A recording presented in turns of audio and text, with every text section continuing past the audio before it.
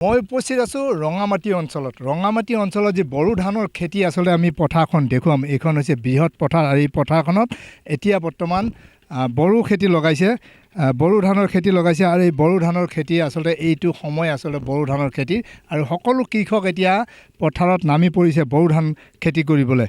উপস্থিত আছে আমাৰ যিসকল কৃষকসকল উপস্থিত আছে, কৃষকসকলৰ পৰাই আমি কিছু কথা জানিম। যিহেতু চৰকাৰৰ পৰা কি সুবিধা পালে, কি সুবিধা নাপালে, কেনেকুৱা সুবিধাত এই খেতিসমূহ কৰিছে, সকলোৱে আমি এই কৃষকসকলৰ পৰাই আমি জানিব চেষ্টা কৰিম। কি ক'ব, আপোনালোকে বড়ো খেতি কৰিছে, কিমান বছৰ খেতি কৰিলে বড়ো ধানৰ খেতি আৰু বৰ্তমান কেনেকুৱা সুবিধা অসুবিধা, চৰকাৰৰ পৰা সুবিধা কি পাইছে বা খেতি কৰি আপোনালোকৰ সুবিধা অসুবিধা কি হৈছে, চব সকলোখিনি জনাওক। আচ্ছা, আমি বড়ো ধানৰ খেতিৰ ওপৰতে নিৰ্ভৰ কৰি চলোঁ। যিহেতু আমি বানপীড়িত এলেকাৰ লোক, বড়ো খেতি নকৰিলে আমি পৰিয়াল জীৱন নিৰ্বাহ কৰাত অসুবিধা হয়। সেইকাৰণে আমি বড়ো খেতি কৰিব লাগে। এতিয়া কথা হৈছে, আমি বড়ো খেতি কৰোঁতে ইয়াত যিহেতু বড়ো খেতিত সাৰ নিদিলে বড়ো খেতি নহয়। মই প্ৰেক্টিকেলি প্ৰমাণ কৰিছোঁ। এক বছৰ সাৰ নিদিয়াকৈ খেতি কৰিছিলোঁ, 8 মোন 10 মোন ধান পাওঁ। তাৰ দ্বিতীয় বছৰৰ পৰা মই সাৰ নিদিয়াকৈ খেতি কৰা নাই। সাৰ দি খেতি কৰিলে অন্ততঃ 30 মোনৰ পৰা 35 মোন ধান পোৱা যায়। কিন্তু এতিয়া কথা হৈছে, আমি সাৰতো যথেষ্ট পৰিমাণে পইচা দিব লাগে। যেনে সাৰত লিখা থাকে 255 টকা দাম, আমাৰ পৰা লয় 400-500 টকা ইউৰিয়া সাৰ দেই। MOPত বাৰু 40 টকা পাৰ কেজি লয়। সেইটোত আমি বাৰু ধৰান তাতে অলপ দাম বেছি লিখা আছে। কিন্তু DAP সাৰটো আৰু বেছি লয়। এক বেগ DAP সাৰৰ দাম 1900 পৰা 2000 টকা লয়। কিন্তু লিখা আছে তাতে 28 টকা নে 28 টকা লিখা আছে। গতিকে 1 কেজিত 28 টকা হ'লে 50 কেজিত সেই অনুপাতে বহুতখিনি দাম কৰিব লাগে। কিন্তু আমি যদি তেওঁলোকক যিজন দোকানীৰ পৰা কিনো, যদি কেছ মেমো বিচাৰিলে তেওঁলোকে সাৰটো নাপাব বুলি কয়। এখন ভাউচাৰ দিব, কোন তাত চিল মহ নাথাকিব। তাৰমানে সেইটোত আমাৰ 1900-2000 টকাকৈ DAPত ল'ব, ইউৰিয়াত 400-500 টকাকৈ ল'ব, MOPত ল'ব 40 টকা কেজি। এইদৰে আমি তাৰমানে নিজক লগাৰ কাৰণে বেছি টকা দি হ'লেও খেতি কৰি থাকিবলগীয়া হৈছে। আপুনি দেখিছে যিখিনি মানুহে এতিয়া বৰ্তমান সাৰ দি খেতি কৰিব পাৰিছে, তেওঁলোকৰ ধানখিনি চেহেৰা ভাল হৈ আছে। আৰু যিখিনি নেকি অধিক দামত সাৰখিনি ক্ৰয় কৰি আনি খেতিখিনিত ব্যৱহাৰ কৰিব পৰা নাই, তেওঁলোকৰ ধানখিনি বহুত ডাউনত আছে। সেইবিলাক ধান 18, 19 বা 20ৰ তলত থাকিব। আকৌ যিখিনিয়ে ধৰ বেছি টকা দি হ'লেও তাৰমানে 4000 বা 5000 টকা গুচি যায় সাৰৰ নামত, সেইখিনি টকা ব্যৱহাৰ কৰিলে তাৰমানে ধানখিনি অধিক উৎপাদন পোৱা যায়। গতিকে আপোনালোকে মেচিন চলাই আছে এতিয়া পানীৰ কাৰণে, এই মেচিনটো আপোনালোকৰ ব্যক্তিগত নে কি? এইবিলাক মেচিন আমি নিজাববীয়াকৈ কিনা হৈছে। কাৰণ মেচিনটো নিকিনিলে আকৌ যিহেতু আমাক চ'লাৰ বা অন্য লাইনৰ ব্যৱস্থা নাই, গতিকে নিজাববীয়াকৈ মেচিন কিনি আনি প্ৰত্যেকজন মানুহে খেতি কৰিছোঁ। আৰু যাৰ মেচিন নাই, বেলেগৰ মেচিনৰ পৰা ভাড়াত লৈ খেতি কৰি আমি চলি আছোঁ। তেলৰ ব্যৱস্থাটো কি কৰে? ব্যৱস্থাটো একেবাৰে নাই। কাৰণ তেলৰ কাৰণে আমি বহুতবাৰ ইলেক্ট্ৰিচিটি নহয় দে, এগ্ৰিকালচাৰত আমি দৰখাস্ত দিছিলোঁ যে আমাক লাইনটো টানি দিয়াৰ ব্যৱস্থাটো কৰক। লাইনটো টানি দিলে আমি কম ৰেটত ধৰ আমি ধানখিনি উৎপাদন কৰিব পাৰিম। পানীটো যিহেতু আমাক সঘনাই লাগে, 2-3 দিনৰ মূৰে মূৰে আমাৰ এখন পথাৰত পানী দিব লাগে। গতিকে সেইটোত আমাৰ ৰেহাই হ'ব। কিন্তু এতিয়া উপায় নাই, আমিতো খেতি কৰিয়ে খাব লাগিব। গতিকে আমি তেল কিনি হ'লেও খেতি কৰিব লগা হৈছে। আমি প্ৰথম খেতি কৰিছিলোঁ 1988 চনত। 1988 চনত 7 টকা ডিজেলৰ দাম আছিল। এতিয়া মই ডিজেল আনিছোঁ 90 টকাকৈ। গতিকে আকাশ পাতাল পাৰ্থক্য হৈছে। গতিকে ডিজেলত আমাৰ তাৰমানে মানুহৰ হাড় ভাঙি গৈছে।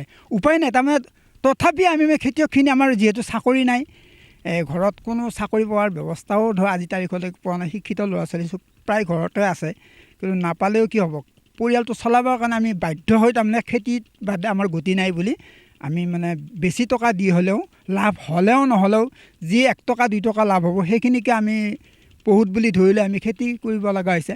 গতিকে চৰকাৰে আমি ভাবিছোঁ আগন্তুক যিহেতু BJP চৰকাৰে দেশখন চলাই আছে, তেওঁলোকে খেতিয়কক যথেষ্ট পৰিমাণে সহায় কৰিব বুলি মই আশা ৰাখিছোঁ আপোনালোকৰ মাধ্যমত। কাৰণ খেতিয়ক নহ'লে দেশখনৰ উন্নতি কেতিয়াও নহয়, এইটো আমি ভালদৰে জানো।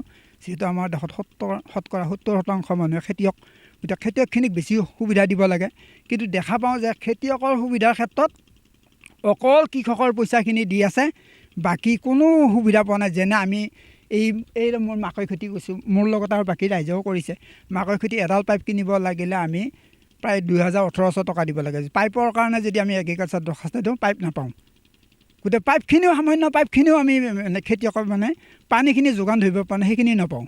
চ'লাৰৰ জৰিয়তে আমাৰ যদি এইখন পথাৰত অন্ততঃ প্ৰায় 1000 বিঘা মাটি আছে এই গৰীয়া বিল মণিটাৰী পথাৰখনত 1000 বিঘা মাটিত আমাৰ এক কঠা মাটিও ইয়াত শূন্য নাথাকে গোটেইখিনি মাটিতে খেতি চলি থাকে এই বছৰটোত কিন্তু এই মাটিখিনিত প্ৰায় মানে চ'লাৰৰ সুবিধা অন্ততঃ থাকিলে আমাৰ খেতিয়কখিনি যথেষ্ট উপকৃত হ'ল হয় আৰু বৰ্তমান যিহেতু নিৰ্বাচনৰ বঁটা বলিছে আৰু নিৰ্বাচনৰ বঁটাৰ সময়ত চৰকাৰ আহিব চৰকাৰ যাব আৰু ইলেকশ্যন খেলিব আৰু ইলেকশ্যনত জিকিলে হয়তো চৰকাৰ গঠন হ'ব কিন্তু এইসকল কৃষকে চৰকাৰে কৈ আছে যে কৃষকে বহুত সুবিধা পাইছে কিন্তু এইসকল কৃষকৰ ওচৰত আমি আছোঁ আচলতে ৰঙামাটি অঞ্চল আৰু এই কৃষকসকলে কিন্তু চৰকাৰৰ পৰা কোনো ধৰণৰ সুবিধা পোৱা নাই এগ্ৰিকালচাৰ বিভাগ এটা আছে বিভাগটো কোনো ধৰণৰ এই কৃষকসকলে যদি দৰখাস্ত দিয়ে বা যোগাযোগ কৰে কোনো ধৰণৰ এগ্ৰিকালচাৰ বিভাগটো কোনো ধৰণৰ ব্যৱস্থা নকৰে এই কৃষকসকলৰ আৰু যাৰ ফলত এতিয়া কৃষকসকল ভুগিব লগা হৈছে বহুত টকা পইচা খৰচ কৰি এই খেতিসমূহ যি বড়ো খেতি কৰিব লগা হৈছে কি ক'ব বৰ দুখৰ কথা যিহেতু চৰকাৰ আহিছে চৰকাৰ গৈছে চৰকাৰে আপোনালোকে যেনেধৰণে ক'লে কোনো ধৰণৰ সুবিধা এতিয়ালৈকে চৰকাৰে দিয়া নাই আপোনালোকৰ নিজৰ ধন খৰচ কৰি এই খেতি কৰিব লগা হৈছে হয় চৰকাৰে নে আমাক খেতিয়কখিনি সুবিধা আমি খেতিয়কখিনি যিখিনি মহিলাখিনিক সুবিধাখিনি দিছে কিন্তু আমি যিখিনি খেতিয়ক এই খেতিয়কখিনি আমি সুবিধাখিনি পোৱা নাই আমি তাৰমানে মই এতিয়া খেতিয়ক মোৰ নিজস্ব মাটি নাই আগতে মই কৃষকৰ পইচাটো পাইছিলোঁ 19টা কিস্তি পাইছিলোঁ পাই উঠি যেতিয়া মানে নিজৰ নামত মাটি থকা লাগে মই কাৰোবাৰ মাটি আধি খেতি কৰোঁ তাৰমানে গতিকে মই কাৰোবাৰ মাটিৰ কাৰণে মই মাটি জমাবন্দী দিব নোৱাৰাৰ বাবে মই হেৰি কৰিব নোৱাৰিলোঁ কৃষকৰ পইচাটো এতিয়া 19টাৰ পৰা এতিয়া বৰ্তমান পোৱা নাই আৰু এই যে ধানসমূহ আপোনালোকে এই যিসমূহ ধান এতিয়া ওলাব বড়ো ধান যিসমূহ ওলা এইসমূহ ক'ত বিক্ৰী কৰে কেনেধৰণে বিক্ৰী কৰে আমি বজাৰত বিক্ৰী কৰোঁ আৰু ঘৰৰ পৰা বেপাৰী আহি লৈ যায় দাম কি হয় দাম তেতিয়া 670-80 ইমান হয় আৰু কিন্তু আপোনালোকৰ খৰচ 1 বিঘা মাটিত খৰচ কিমান হয় মোটামুটি 15,000 মান হৈ যায় 15,000 পাই কিমান আপোনালোকৰ ধান আমি 30 মোন মান ধান পাই যাওঁ লাভটো হয় আপোনালোকৰ লাভ খুব কম পৰিমাণে হয় আৰু খেতি নকৰিলে নহয় কাৰণে খেতি কৰি আছোঁ আমি তাৰমানে পৰিয়ালটো পোহপাল দিব লাগে ইটোৰ পিছত সিটো কৰি পেলাই পৰিয়ালটো পোহপাল দি আছোঁ আৰু নিৰ্বাচনৰ বতৰ নিৰ্বাচন আহি আছে আপোনালোকৰ ঘৰত নিশ্চয় যিসমূহ প্ৰাৰ্থী আছে প্ৰাৰ্থীসমূহে ভোট বিচাৰি আপোনালোকৰ ভোট ভিক্ষা কৰিবলৈ আহিব আপোনালোকৰ ঘৰে ঘৰে চৰকাৰক এই যিখন চৰকাৰ হ'ব এই চৰকাৰখনক আপোনালোকে কি অনুৰোধ কৰিব যিহেতু আপোনালোকে এতিয়ালৈ কোনো ধৰণৰ ৰঙামাটি অঞ্চলৰ ৰাইজে কৃষকে কোনো ধৰণৰ সুবিধা পোৱা নাই আমাৰ প্ৰথমে আমাক মূল্যবৃদ্ধি লাগে ঠিক আছে যোনটো আমি কৃষক হেৰিব ধানৰ হেৰিটো কি বিচাৰ হেৰি কৰিলে বেচা ভিতৰত পাওঁ হেৰিটো মূল্যটো সেইটো উচিত মূল্যটো লাগে তাৰপিছত আমাক এতিয়া পানীৰ সুবিধাটো লাগে কাৰণ ডিজেলৰ খেতি কৰিব নোৱাৰে দিগদাৰ হয় সেইটো লাইনটোৰ সুবিধাটো লাগে আৰু ধানৰ দামটো বেছি লাগে মূল্য বেছি লাগে হয় আৰু এনেধৰণে এতিয়া খুব উজাৰিছে আচলতে এই চৰকাৰখনকে খুব উজাৰিছে যিহেতু চৰকাৰৰ ফালৰ পৰা কোনো ধৰণৰ সুবিধা পোৱা নাই যি এটা বিভাগ আছে এগ্ৰিকালচাৰ বিভাগৰ পৰা কোনো ধৰণৰ সুবিধা পোৱা নাই গৈছে অফিচত ৰুমে ঘূৰিছে কিন্তু কোনো ধৰণৰ বিষয়াসকলে কোনো ধৰণৰ এই কৃষকসকলক গুৰুত্ব দিয়া নাই এতিয়া আশা কৰিছে যিখন চৰকাৰ আহিব এই চৰকাৰখনে যেন এই কৃষকসকলক সুবিধা কৰি দিয়ে